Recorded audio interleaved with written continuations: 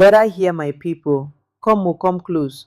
Because wetin I wan tell you no be just gist, na generational fire. But first, make I introduce myself properly. I am Aunty Gistina, the senior gist mistress of this town. Hotter than pepper soup at a Yoruba wedding. Those if they fear but secretly need. Today's story, it is not ordinary. It is the kind of story that can make a grown man drop fufu from his mouth. Let me start with this. What if the man you call daddy is just standing in for the real actor behind the scenes?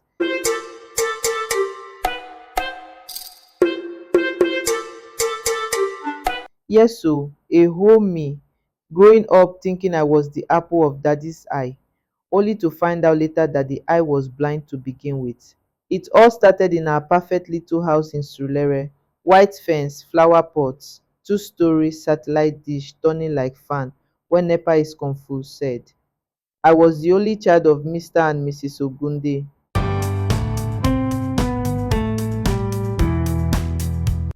A fine couple by all appearances. Mommy was a sweetheart, always smelling like baby powder and fried plantain.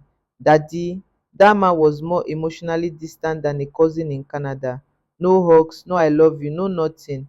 But he paid fees, paid bills, did school runs. I thought maybe that's how dads love. Ah, sweet ignorance. Na that thing dey kill person slowly. Now let me tell you about Uncle Adeyemi. You see, every family has that one uncle that is always around yet never quite blends in. That was him. Fine man, tall, dark, with a mustache like Fela's saxophone. Every time he entered our house, breeze would blow. My mommy would suddenly act like NEPA just brought lights, cheerful but tense. Daddy, he would quietly evaporate from the room. I remember the day I first noticed it. I was 12, lying on the rug, doing homework. Uncle Adeyemi came in, greeted everybody, then looked at me in a way I couldn't explain. His eyes held something heavy, something like guilt and longing wrapped in one. He gave me a gift, a gold plated necklace, and said, "For my special girl." I thought, ha, uncle likes me, oh. But mommy's eyes darted like rats in a burning bush. Daddy cleared his throat, and I just tucked the necklace away, thinking it was love. But now I know that was not love, that was compensation. By the time I turned 16, I had grown breasts, hips, and suspicion. Everything in that house began to feel staged. Daddy was still cold, still formal. He would call me young lady instead of my daughter. Meanwhile, Uncle Ademi would still visit, still sit too close, still stare too long. I asked my mother once, why doesn't daddy like me? She said, who told you that? Your father loves you in his own way. I swallowed the lie with chilled Fanta, but my spirit didn't agree. One day, I was in the corridor and I overheard my parents arguing. Their voices were hushed but sharp. He just wants to see her. She's not a child anymore. That she, it was me. And I knew in my bones that the air in our house was carrying a secret, a big one. It was a Saturday, rainy, boring. Mommy had gone to market. Daddy was sleeping. I decided to go play detective upstairs. I went into the attic, dusty, dark, and smelling like old decisions. I found an old wooden trunk, locked but not tightly. Inside were old wrappers, faded photos, my baby clothes, and then a false bottom.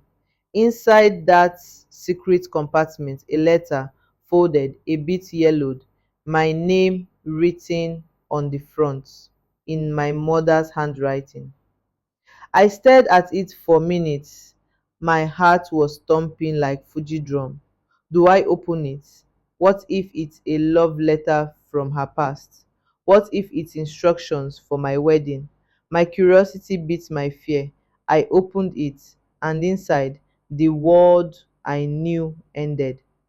The letter began gently.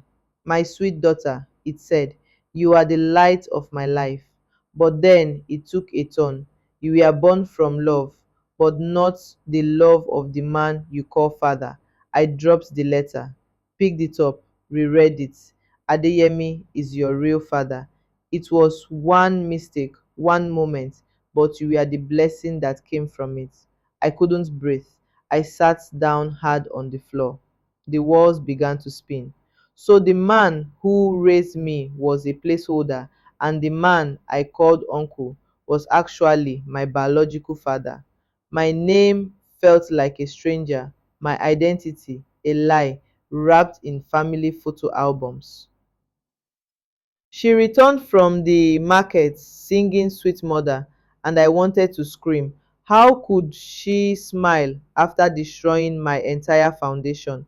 I watched her as she unpacked tomatoes and stockfish. She hummed. She even asked, "Did you miss me?" I wanted to shout, "Yes, I missed the woman I thought I knew," but I kept quiet, hid the letter, went to my room, and cried into my pillow like a girl mourning her own birth.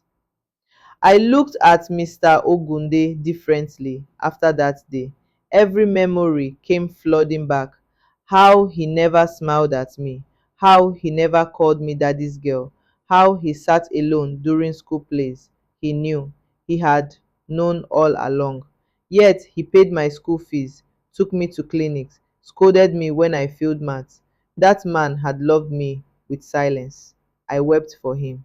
Not because he wasn't my father by blood, but because he was my father in the most painful way, by choice. But mommy, I couldn't look her in the eye without seeing betrayal. I avoided Uncle Adeyemi like he was coated in sin. He texted, "Just checking on you." I blocked him. What did he want now? To be daddy? To make up for 16 years of pretending? Eventually, I agreed to see him at a cafe. He was nervous, sweating. He told me, "I loved you from afar. I watched you grow. Your mother didn't want to ruin things." I asked him, "Did you ever think I had a right to know?" He said nothing, and in that silence, I found my anger. The house felt colder. Mommy tried to act normal. I withdrew. Mr. Ogunde, started spending more time at work. Our home became a theater, and I was the audience and the actress. My grades dropped. My friends noticed I was different. I couldn't laugh. I couldn't breathe because everything I knew was a carefully designed illusion, and I was the punchline of a long running joke. Trust, once broken, doesn't return home easily. I tried to forgive her, but every time I looked at her, I saw the lie. She begged, she cried, she said, "I wanted to protect you." I told her, "No, you wanted to protect yourself." As for Mr. Ogunde, I wrote him a letter. I told him thank you, that no matter what biology said, he was the one who stood by me. And for Adeyemi, I allowed space, but not closeness. You can't walk into fatherhood like it's a guest room. He must earn every inch of it. I no longer live in that house. I carry the truth with me like luggage, heavy, awkward, but mine. And now I tell my story, not to shame, but to liberate, because families, they are messy, complicated, full of secrets and swallowed truths. But me, I will raise my children on honesty. No hidden chapters, no masked faces. And as for you, listening to Auntie Gloria today, go and look into your family mirror well, because sometimes uncle is daddy in disguise. Brought to you by Aunty Gistina, the original chief launcher of Forbidden Gist, the patron saint of emotional revelation, and the matron of mysterious DNA. Till next time, stay alert, stay loud, and always read old letters twice.